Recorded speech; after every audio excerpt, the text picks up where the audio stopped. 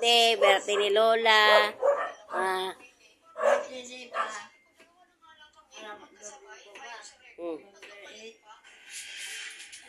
Salutaris pala siya. Na, paano ka makuha na certificate kung di mo alam ang birthday ng nanay mo?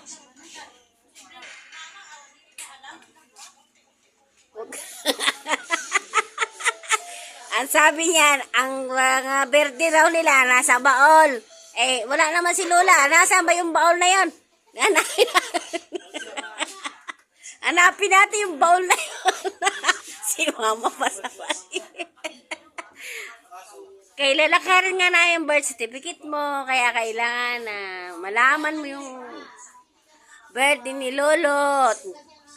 Taon ni Lola. Taon ni Lolo. Kaya kung sabihin mo sa akin, hanapin ko yung baol, ay na.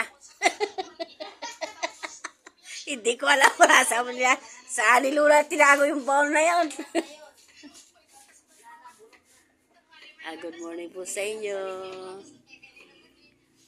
Mga mari ko, pare ko, friend. Kaya may mama ko. Tinatanong ko anong birthday ng nanay niya at tatay niya. Nandun daw sa baol nakatago.